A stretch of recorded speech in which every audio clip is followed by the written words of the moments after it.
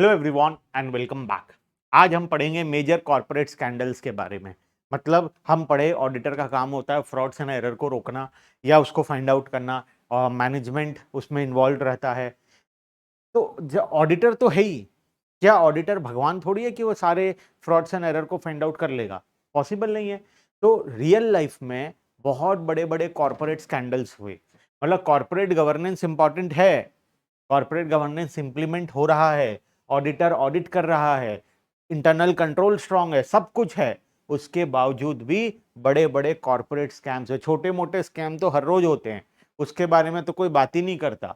मैं बात कर रहा हूं मेजर कॉर्पोरेट स्कैंडल्स, बड़े बड़े कॉर्पोरेट स्कैंडल्स इंटरनेशनल लेवल में और इंडिया के लेवल में। एक तो तुम भी सुने हो, हर्षद मेहता स्कैम सुने हो ना? हर्षद मेहता मूवी भी देखे हो, हर्षद मेहता से रिलेटेड कितना बड़ा मेजर स्कैम किया गया था। ऐसे और भी बहुत सारे स्कैम हैं, हम उसके बारे में पढ़ेंगे। आज का क्लास में हम इंटरनेशनल स्कैम्स के बारे में पढ़ेंगे और नेक्स्ट क्लास में हम इंडिया में होने वाले स्कैम्स के बारे में पढ़ेंगे। एग्जाम पॉइंट ऑफ व्यू से इंपॉर्टेंट टॉपिक है, ठीक है। मेजर कॉर्पोरेट गवर्नेंस स्कैंडल्स, क्या क्या कॉर्पोरेट गवर्नेंस में बड़े बड़े स्कैंडल्स हुए, कुछ एग्जाम्पल्स हम लोग पढ़ेंगे, इंटरनेशनल लेवल का भी और इंडिया का भी, ठीक है। सबसे पहले और इंट्रोडक्शन देखते हैं।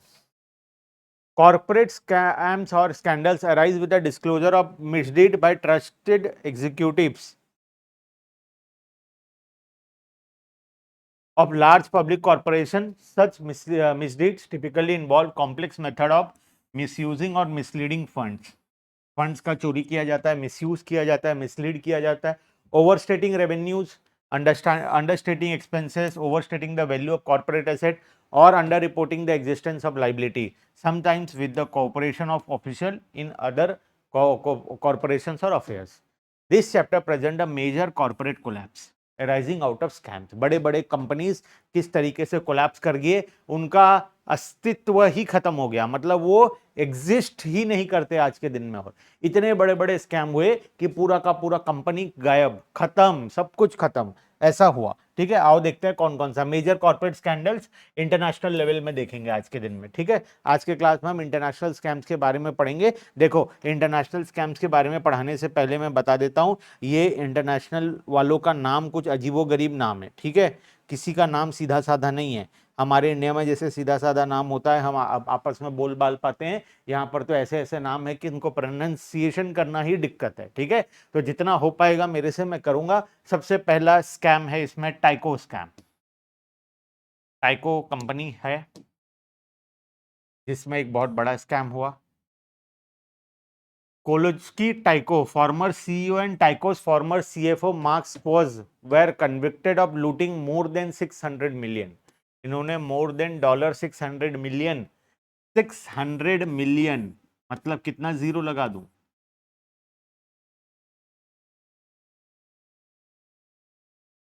हाँ, देखो कितना हो गया,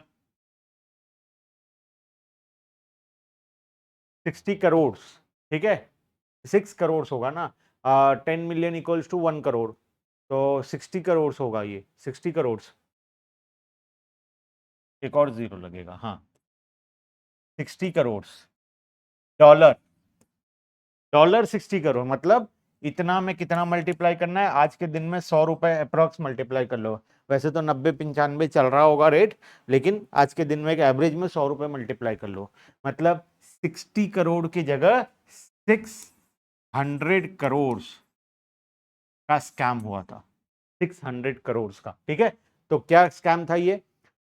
Kozki and Squaws were accused of enriching themselves by nearly $600 billion by taking unauthorized pay. उन्होंने कंपनी का अनऑथराइज्ड पैसा लिया and bonuses, abusing loan programs, loan के प्रोग्राम्स को चेंज किया, लोन के पैसे को अपने में पर्सनल बेनिफिट के लिए डाइवर्ट किया, and selling their company stock at inflated price, company के शेयर्स को बहुत हाई प्राइस पर बेचा। मतलब वो पंप एंड डंप वाला स्ट्रेटजी, पंप करके शेयर प्राइस को ऊपर ले गया, उसके बाद उसको क्रैश करके नीचे ले आया। आफ्टर लाइंग अबाउट टाइकोस फाइनेंशियल, गलत फाइनेंशियल स्टेटमेंट्स दिखाकर उन्होंने ये सारा काम किया। They had their alleged theft by failing to disclose the bonuses and loan forgiveness in company's prospectus and federal findings and brought the silence of underlying with oversized compensation. ज्यादा compensation claim किया, ज्यादा bonuses दिखाए, company के figures को inflated दिखाया, share price आसमान में चला गया, अपना शेयर्स को बेच दिया, और जब मार्केट में ये न्यूज आया तो कंपनी का शेयर क्रैश कर गया और इन्होंने मिलियन डॉलर रुपीज उन्होंने बनाया इससे। ठीक है, नेक्स्ट, अच्छा उसमें डिटेल और भी है, जैसे क्या क्या हुआ था, कैसे उनको पकड़ा गया, क्या किया गया। एग्जाम में क्वेश्चन आएगा एक्सप्लेन अबाउट ग्लोबल स्कैम्स, तो इसमें से 3-4-5 पॉइंट तुम्हें लिखना है। अगर कोई पर्टिकुलर स्कैम के ऊपर क्वेश्चन आता है तो उसके बारे में डिटेल में तुम्हें लिखना। ठीक है, बेसिकली इसमें पढ़ाने वाला कोई बात नहीं है, कोई टॉपिक ऐसा नहीं है, तुम रीड करोगे तो भी तुम्हें समझ में आ जाएगा क्या हुआ है। ठीक है, both use Tyco's money to buy extravagant lifestyle, उन्होंने रहीसी में जीवन जिया, बहुत ही रहीसी में जीवन जिया। That featured art, jewelry and real estate prospectus state कोजाकी through $200 million for wife Karen's 40 birthday party में $2 million रुपीस खर्च किया गया। $2 million, 1 million equals to 10 lakhs, 2 million equals to 20 lakh into 100।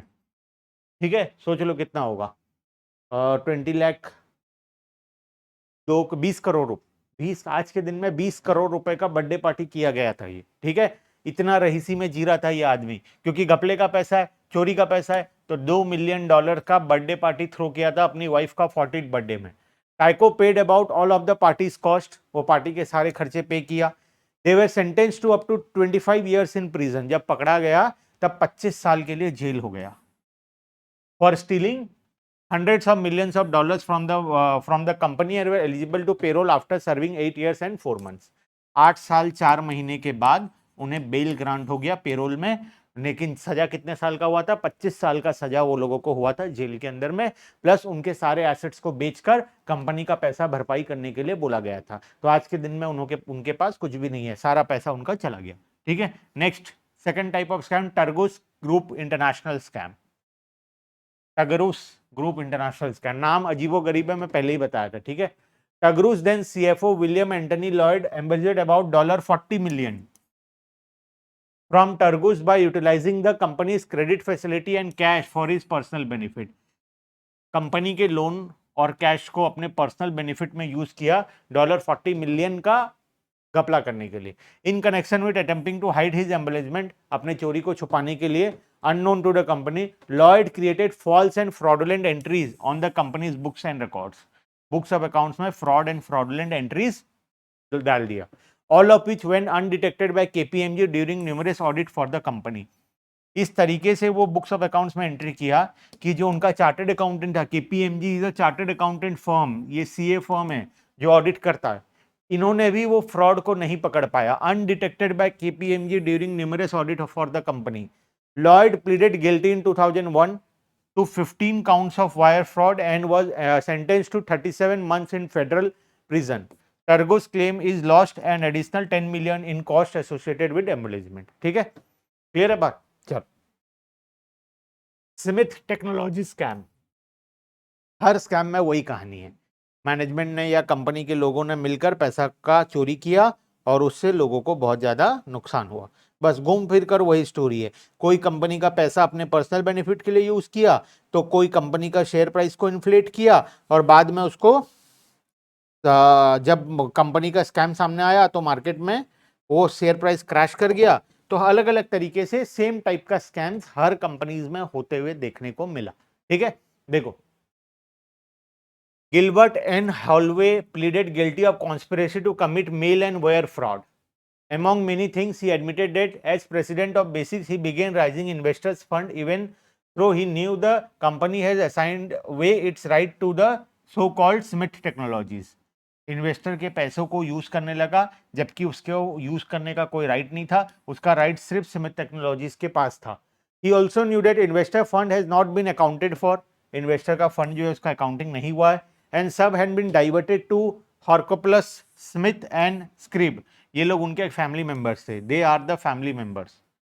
वो कंपनी के पैसा जो इन्वेस्टर का फंड था जो कि अनअकाउंटेड मनी था, उसको अपने फैमिली के पर्सनल बेनिफिट के लिए ट्रांसफर करना शुरू कर दिया। क्रिस्टियन हॉर्कोप्लस, विडो ऑफ हॉर्कोप्लस, परिस्या Smith wife of Stephen Smith, Richard Boyer former CFO and accountant pleaded guilty last year to fraud. इन सबको पकड़ा गया। बेसिकली ये लोग, ये हुआ क्या है ओवरऑल बता देता हूं। ये जो आदमी था, ये कंपनी के इन्वेस्टर के फंड को अपने फैमिली मेंबर के पास ट्रांसफर करना शुरू किया और अनड्यू बेनिफिट उठाना शुरू किया कंपनी का। ठीक है, वही चीज है सिमिट टेक्नोलॉजी स्कैम के अंदर में। ठीक है, next, computer associated international scam. Computer associate company था, इंटरनेशनल कंपनी, उसका स्कैम में क्या हुआ, former chief of California based company Sri Lankan boy Sanjay Kumar was sentenced to 12 years in prison and fined 8 million in 2006 after being charged with securities fraud and obstruction of justice following 2-year investigation of an improper accounting scam. Books of accounts को proper तरीके से accounting नहीं किया, जिसमें बहुत सारे पैसों का चोरी हुआ। उसमें इस पर्सन को, संजय कुमार को 12 साल के लिए जेल हुआ और $8 मिलियन का फाइन पे करना पड़ा। According to investigator, the scheme resulted in share holder loss of more than $400 million. $400 million का लॉस हुआ शेयर होल्डर को, और ये स्कैम में $400 मिलियन रुपीज संजय कुमार ने कमाया था, जिसकी वजह से उसको 12 साल के लिए जेल हो गया और $8 मिलियन का एक्स्ट्रा फाइन पे करना पड़ा। The charge of obstruction of justice stemmed from Kumar tampering with laptop in an attempt to conceal evidence. Evidence को छुपाने के लिए वो लैपटॉप को डिस्ट्रॉय किया। Lying to federal investigation, जब उसके ऊपर इन्वेस्टिगेशन हुआ तब वो झूठ बोला। And directing company employ to also provide false information. Company के एम्प्लॉयज को भी वो बोला कि जो इन्वेस्टिगेटर्स हैं उनको फॉल्स इन्फॉर्मेशन देने के लिए। इन सभी आरोप में उसको 12 साल का जेल हुआ था। ठीक है, नेक्स्ट, ऐसे सेम टाइप के स्कैम बहुत है। एनरॉन स्कैम बहुत फेमस है, इसको पढ़ लेना जरूर से। सबसे फेमस स्कैम है एनरॉन। ठीक है, एनरॉन के बारे में सब कोई पढ़ के जाओगे एग्जाम में। बहुत फेमस स्कैम है Enron scam. Enron was based in Houston Texas and was 7th biggest company in United state. United states का 7वां सबसे बड़ा कंपनी था in terms of revenue. Enron described itself as a provider of product and service related to natural gas, electricity and communication. ये काम करता था electricity provide करने का, नेचुरल गैस और कम्युनिकेशन चैनल्स में काम करता था होलसेल एंड रिटेल कंज्यूमर्स के लिए। Kenneth Lay, the former chairman of board and CEO, and Jeffrey Skilling, former CEO and COO, went on a trial for their part in the Enron scandal in January 2006 that led to the downfall of the company. It admitted on November 8, 2001 for overstating its earning. उन्होंने company के earning को overstate किया by $600 million in previous 4 year. 4 सालों में $600 million से ज्यादा earning extra दिखाया गया। Laying and skill were indicated for securities and wire fraud in July 2004, leading to highly publicized trial in which Lay was convicted on all 6 counts and Skilling on 19 of 28 counts on May 25, 2006. On July 5, 2006, Lay died at the age of 64 while vacationing in Colorado after suffering a heart attack on July 4. Skilling was convicted and sentenced to 24 years 4 months in federal prison on October 23, 2006. As well as his sentence of 24 years, he was ordered to restore the Enron pension fund worth $26 million out of pocket. उसे $26 million अपने pocket से भरने के लिए बोला गया। 2 लोग involve थे, एक लोग मर गया, एक आदमी को 24 साल का जेल हो गया और ये $600 मिलियन से अर्निंग को ओवरस्टेट किया। ओवरस्टेट करके शेयर प्राइस को बहुत ऊपर ये लोग ले गए। एनरॉन का जाकर तुम गूगल में शेयर प्राइस का चार्ट देख सकते हो, बहुत कम प्राइस में शेयर ट्रेड करता था, उसको हवा में लेकर चले गए। ऊपर जब पहुंचा, डायरेक्टर्स ने अपना शेयर्स बेच दिया हाई प्राइस पर। उसके बाद मार्केट में ये स्कैम आ गया। जब स्कैम आया तो पूरा का पूरा कंपनी फॉल कर गया। ठीक है, नेक्स्ट, अच्छा यहां पर और भी दिया है उसके बारे में, एनरॉन के बारे में। In addition the scandal cause a dissolution of Arthur Andersen which at the time was one of the 5 largest accounting firm in the world. The heart of the Enron problem was the issue of transparency and adequate disclosure. Enron filed for protection from creditor and its biggest bankruptcy in United States history. Enron stock was worth more than $80 million per share in January 1 and was less than $1 per share in December 2001. साल भर के अंदर 12 महीने के अंदर $80 का share $1 से नीचे आ गया। किस तरीके से क्रैश किया? पहले $2-3 में ट्रेड करता था, उसको इन्होंने पंप करके $80 तक ले गया। उसके बाद $80 में जब पता चला मार्केट में ऐसा फ्रॉड, अगेन शेयर कहाँ गया? $1 के नीचे आ गया। ठीक है। Xerox corporation scam, xerox company का मशीन देखे हो ना जब जेरोक्स करवाने जाते हो, तो जेरोक्स कॉर्पोरेशन में भी स्कैम हुआ था। From at least 1997 through 2000, Xerox Corporation appears to have pursued a scheme directed and approved by senior management to disguise its true operation performance by using undisclosed accounting maneuvers. The effect of this action was to accelerate the recognition of equipment revenue by over $3 million. उन्होंने अपने equipment के revenue को overstate किया $300 million से, and increase earning bye approximately $1.5 billion. Earning $1.5 billion से बढ़ गया, जिससे शेयर प्राइस अगेन बहुत ज्यादा इन्फ्लेट हो गया। कंपनी के लोगों ने अपना शेयर हाई प्राइस पर बेचकर कंपनी को अगेन क्रैश करवा दिया। Xerox portrayed itself as a business that was meeting its competitive challenge and increasing its earning every quarter. Many of the accounting action taken by Xerox now appear to have violated the established standard of general accepted accounting principle gap. जो basically जो हमारे यहाँ पर accounting standard होता है वहां पर gap होता है, गैप के प्रिंसिपल्स को उन्होंने फॉलो नहीं किया। The Securities and Exchange Commission of the United States filed a complaint against Xerox Corporation for defrauding investors. Investors को डिफ्रॉड करने के लिए उनके ऊपर कंप्लेंट फाइल किया गया और लास्ट में जाकर स्कैम बाहर आया। स्कैम बाहर आने पर अगेन उनका शेयर प्राइस जो था मार्केट में वो पूरा का पूरा क्रैश कर गया। समझ में आया बात? नेक्स्ट चले आगे। वर्ल्डकॉम स्कैम अगेन एक फेमस है। WorldCom is a major global communication provider operating in more than 65 countries. WorldCom provides data transmission and internet service for business, and through its MCI unit provides telecommunication service for business and consumers. As the United States economy cooled in 2001, WorldCom earnings and profits similarly declined, making it difficult for the company to keep its earnings in line with the expectation of the market. Starting into it appears that WorldCom engaged in accounting scheme to manipulate. 2001 में जब उनका earning कम हो गया, जब earning कम होगा तो company के share price down होंगे, तो इस चीज से बचने के लिए कंपनी अपने आप का अर्निंग नहीं कर पा रहा था, तो उन्होंने अकाउंटिंग को मैनिपुलेट करना शुरू किया और बुक्स ऑफ अकाउंट्स में फेक अर्निंग दिखाना शुरू किया, जिससे कि इसका शेयर प्राइस ऊपर चला जाए। घूम फिर कर हर जगह वही कहानी है, कुछ ना कुछ ऐसे अकाउंटिंग स्कैम करो जिससे कंपनी बहुत अच्छा दिखाई दे इन्वेस्टर्स को और शेयर प्राइस ऊपर जाए। जब शेयर प्राइस ऊपर जाता है तो डायरेक्टर्स और ये लोग जो इन्वॉल्व होते हैं ये लोग अपना शेयर बेच देते हैं और फिर बाद में शेयर प्राइस अगेन मार्केट में क्रैश कर जाता है। यही कॉमन सा कहानी हर जगह पर है, जहां तुम देखोगे वहां पर वही कहानी निकल कर आता है। WorldCom engage in improper accounting schemes intended to manipulate its earning to keep them in line with Wall Street expectation and to support WorldCom stock price. Thus, it seems that WorldCom materially understated its expenses. उन्होंने अपने expenses को कम दिखाया, revenue को ज्यादा दिखाया, profit को ज्यादा दिखाया, जिससे high profile company on one level WorldCom can be viewed as another example of high profile public company desperately trying to meet institutional expectations, जिससे कंपनी के शेयर प्राइस को ऊपर लेके जाया गया। मतलब बेसिकली एक्सपेंस कम, इनकम ज्यादा, रेवेन्यू ज्यादा, ग्रोथ ज्यादा, तो हर कोई देख रहा है बहुत अच्छा कंपनी है तो इसमें इन्वेस्ट कर रहा है, तो शेयर प्राइस क्या होने लगा? पंप होने लगा। जब शेयर प्राइस पंप हुआ तो कंपनी के लोगों ने अपना शेयर बेच दिया और मार्केट में जब स्कैम आया तो फिर से वो मार्केट में प्राइस क्रैश कर गया। Same HHI insurance limited scam, HIH insurance scam. HIH insurance limited together with his group company was the second largest general insurance company in Australia. Australia का second largest general insurance company था। It consisted of 217 subsidiaries with operation in number of countries. The last published accounts of the HIH group showed that at 30 June 2000 it has net asset of approximately 940 million. The HIH group collapsed in 15 March 2001.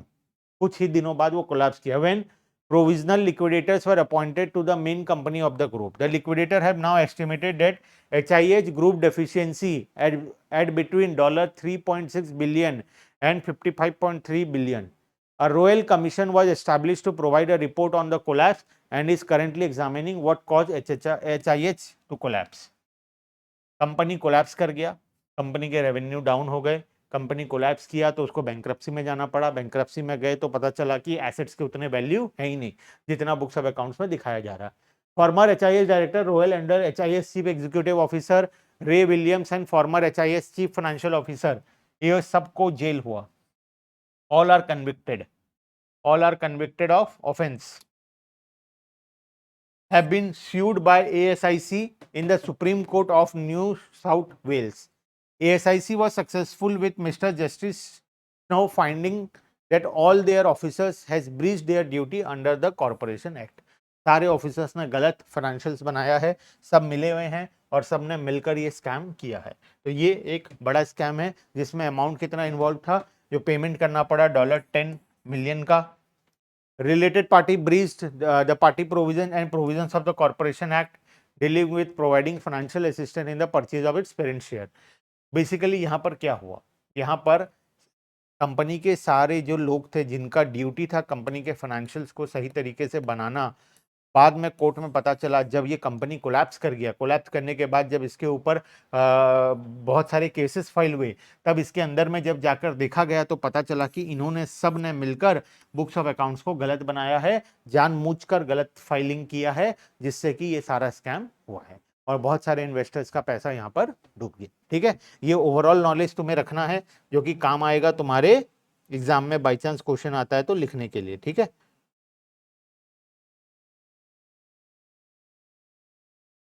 Next Harris scarf limited scam और एक है Lehman Brothers scam, बस दो है. तो मैं तुम्हें ये जो पॉइंट नंबर 9 है, सेम अगेन वही प्रॉब्लम है. यहां पर नेट एसेट इन्होंने ज्यादा दिखाया, 108 मिलियन दिखाया, जो कि करेक्ट फिगर बहुत ही कम था. Correct figure was close to 60 million. तो 60 मिलियन के चीजों को $60 मिलियन की चीजों को उन्होंने $108 मिलियन का शो किया. तो ये जो $48 मिलियन ये जो एक्स्ट्रा था, इसके वजह से बहुत शेयर प्राइस पंप हुआ. अगेन वही प्रॉब्लम, सेम चीज. Inventories was shown as 97 million, the true figure was 75 million and 78 million. Trade creditors were shown 564 million जो कि 90 मिलियन के थे. तो इस तरीके से हर एक चीज को उन्होंने इन्फ्लेटेड दिखाया बुक्स ऑफ अकाउंट्स में, जिससे कंपनी का एक अच्छा पिक्चर मार्केट में आया, जिससे कंपनी के शेयर प्राइस पंप किए, कंपनी के लोगों ने शेयर्स बेच दिए, अगेन शेयर प्राइस क्रैश कर गया. ये स्टोरी हर जगह कॉमन है, हर एक स्कैम में कॉमन है. हर्षद मेहता स्कैम में भी यही हुआ. हर एक स्कैम में इन्होंने मिलकर क्या किया, हर कोई ने मिलकर क्या किया, सबने मिलकर एक ही काम किया, शेयर प्राइस को पंप किया. शेयर प्राइस को पंप करके उन्होंने बाद में डंप किया. पंप एंड डंप स्ट्रैटेजी, ये सबसे बड़ा स्ट्रैटेजी है शेयर मार्केट में जो स्कैम के केसेस में काम आता है. सेम लेमन ब्रदर्स के केस में भी यही हुआ. लेमन ब्रदर्स स्कैम अगेन एक फेमस है, इसको जरूर से पढ़ना. ठीक है, lemon brother was global financial service firm based on New York. It was one of the largest investment bank in United States. During 2008 financial crisis, it was discovered that company had hidden over 550 million in loans. Company का 550 billion का loans है जो कि उन्होंने books of accounts पर show नहीं किया, जिससे कंपनी को अच्छा, लोगों को लगा कि कंपनी के लोन बहुत कम है, लोन कम है तो कंपनी के शेयर प्राइस बढ़ने लगे, कंपनी के शेयर प्राइस बढ़ने लगे तो same problem, same story again.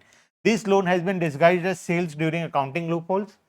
According to an SEC investigation, the company had sold toxic asset to bank in a Cayman Island on the short-term basis. It was understood that Lehman Brothers would buy back this asset.